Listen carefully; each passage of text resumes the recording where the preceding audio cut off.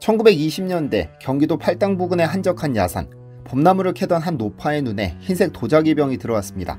가늘고 긴 목을 가진 이 병에는 난초와 국화, 나비 등이 그려져 있었는데 그녀에게는 그림은 중요하지 않았습니다. 목이 가늘고 긴 것이 참기름을 담기 안성맞춤이겠다 싶어 집에서 직접 짠 참기름을 담아 시장에 내다 팔았고 고작 1원에 중간상인에게 팔렸습니다. 노파는 필요할 때마다 야산으로 가 비슷한 흰 병들을 몇 개 주워오곤 했는데 이 병도 그중 하나였습니다. 그러나 그때는 알지 못했습니다. 1원에 판 이 병이 전 세계 단 하나뿐인 세계유산급 유물이라는 사실을 말이죠. 오늘은 오랜만에 국보 한 점 만나보겠습니다. 안녕하세요, 디스멘털입니다. 노파로부터 흰 병을 건네받은 중간상인은 이 병에 담긴 참기름을 팔기 위해 시장을 돌았습니다. 이윽고 광주리 행상으로 서울 황금정 일대에 거주하던 일본인 부부에게 참기름을 팔게 되는데 그 일본인 부인은 유독 이 하얀 병이 마음에 들었습니다. 그래서 참기름 값에 병값 1원을 추가로 얹어 2원에 참기름과 병을 샀죠. 비록 헐값이었지만 이때부터 이 병은 평범한 참기름 병 신세를 벗어나 격동의 소용돌이에 휘말리게 됩니다. 우연히 그 부부의 집을 방문한 일본인 골동품상 무라노는 이 병을 보자마자 조선백자임을 알아챘습니다. 즉시 이 병을 구입한 그는 일본인 고 미술상에게 60원을 주고 팔았고 이 병은 다시 조선백자 수집가로 유명한 스미 다스오가 600원을 주고 사들입니다. 스미는 1932년 조선을 떠나 일본으로 돌아가기 전 자신의 수집품 180여 점을 경성미술구락부에 경매로 내놨는데 이 물건을 낙찰받은 인물은 금융 전문가이자 저명한 미술품 애호가인 모리고이치, 무려 3,000원을 불렀습니다. 당시 경성미술구락부는 일제강점기 최대 규모의 미술품 거래기관으로 현재 신세계백화점 본점 자리 인근에 있었던 이곳에서 조선의 문화재가 경매라는 이름으로 엄청나게 팔려나갔습니다. 어쨌든 이 자리에서 불과 10년 만에 1원짜리 참기름병이 3,000원에 낙찰됐습니다. 그만큼 엄청난 가치의 도자기였던 것이죠. 그러던 1936년 모리고이치가 사망하자 유족은 소장품들을 처분하기 위해 다시 경성미술구락부를 찾습니다. 그리고 이 소문을 들은 국내외 골동품 수집가들이 경매 전시장을 찾습니다.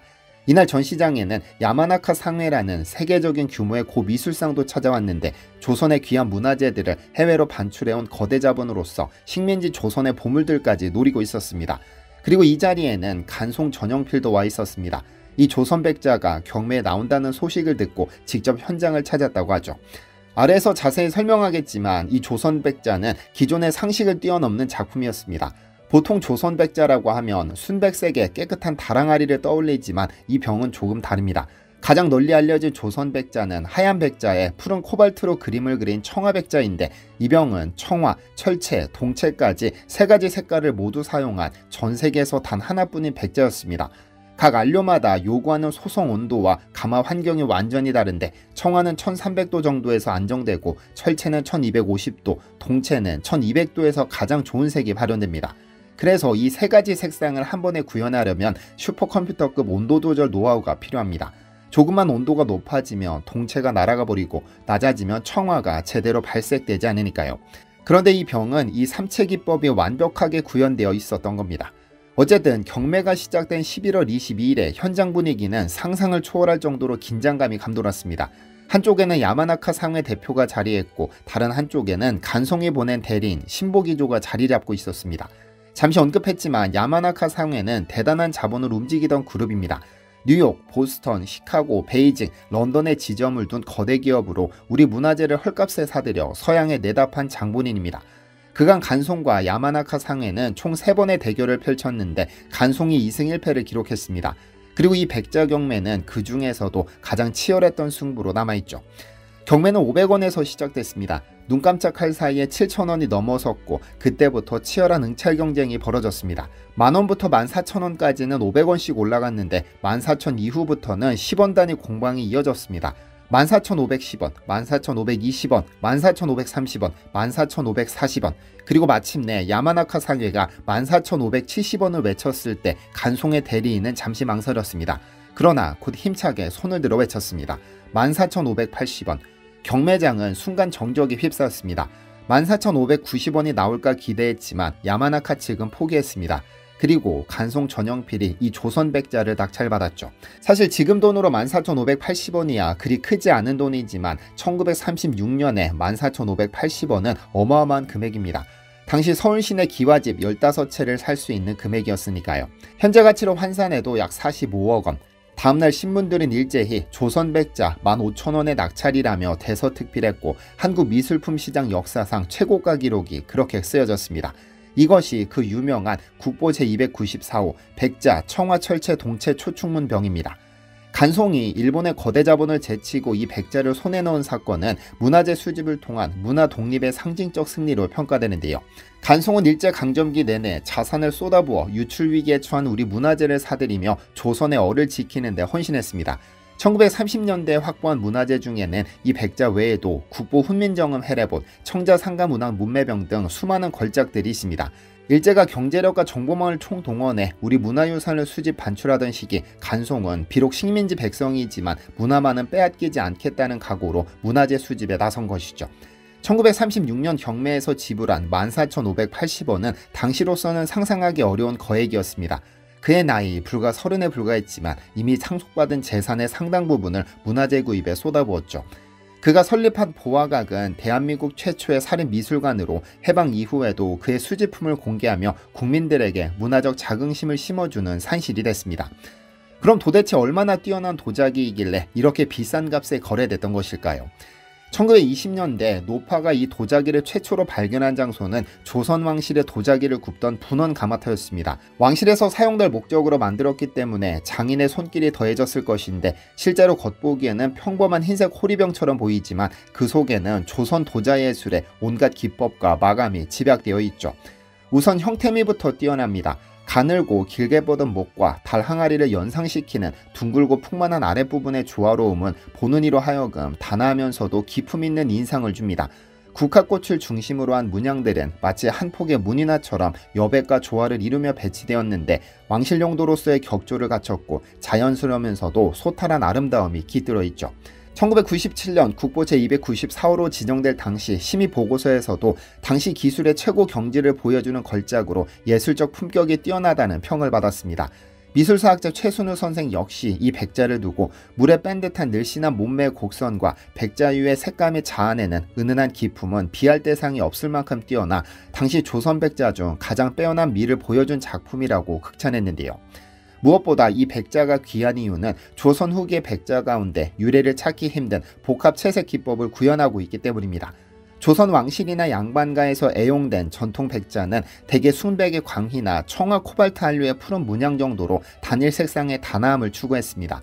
하지만 이 병에는 삼채기법, 즉 푸른 청화, 붉은 철화, 갈색의 동화 안료 등 당시 사용 가능한 모든 색채 안료를 동시에 사용한 작품입니다. 그래서 세계 유일의 삼채 양각기법 걸작으로 해외에서도 인정받고 있죠. 사실 학계에서는 하나의 안료에서 복합 채색 기법이 우연히 개발되기까지는 수십 년 이상 걸리는 것으로 봅니다. 한 가마에서 새로운 기법이 전국적으로 퍼지는데 적어도 수십 년이 소요되고 양각과 삼채를 결합한 완성작을 만들려면 그보다 더 오래 걸린다고 보는 것이죠. 만약 청화백자가 조선 후기에 본격화되었다면 삼채 기법까지 발전하려면 수백 년이 더 걸렸을 겁니다. 증보살림 경제에 분명 도자 제조 기법에 관한 기록이 있으니까요. 아니면 우리의 도자 기술이 상상도 못할 정도로 발전한 상태였거나 말이죠. 다시 말해 이 백자는 당시 도자기 제작 기술로 구현할 수 있는 최고 난도의 기법을 모두 담아낸 역작 중의 역작이었던 겁니다. 실제로 이 병의 문양을 자세히 살펴보면 그런 기술적 특징이 섬세하게 표현되어 있습니다. 병의 표면에 세 가닥으로 피어난 난초인 무늬는 도자기 태토 표면을 얇게 도려내 무늬를 도드라지게 하는 양각기법으로 새긴 뒤 그 요철진 부분 위에 푸른 청화 안료를 채색했습니다. 한편 V자 모양으로 뻗은 국화가지 역시 양각으로 도드라지게 한 후 붉은 철화 안료를 진하게 칠해 가을 국화의 줄기를 표현했습니다.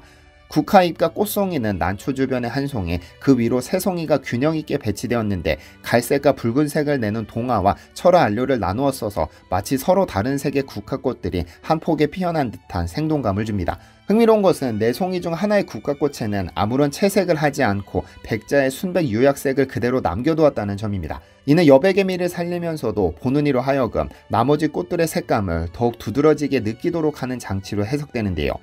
문양 사이를 나눈 두 마리의 나비도 대단합니다.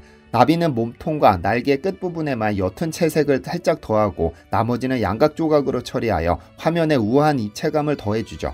이렇듯 색색의 국화와 나비, 난초가 어우러진 초충문 양식은 조선 후기 백자 중에서도 단연 독보적인 미감과 기술을 자랑하며 보는 이를 절로 감탄케 합니다. 현재 이 백자는 서울 성북구 간송미술관에 소장되어 있습니다. 유약 전체에 미세한 얇은 금이 생겼고 굽 부분에 약간의 내화토 흔적이 남아있지만 형태와 장식은 완벽하게 보존되어 있죠.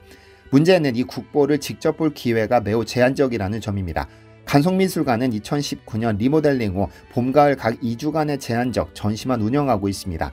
그래서 2023년 리움미술관에서 열린 조선의 백자 군자지향 특별전에 출품되었을 때는 어마어마한 관람객이 몰렸었죠.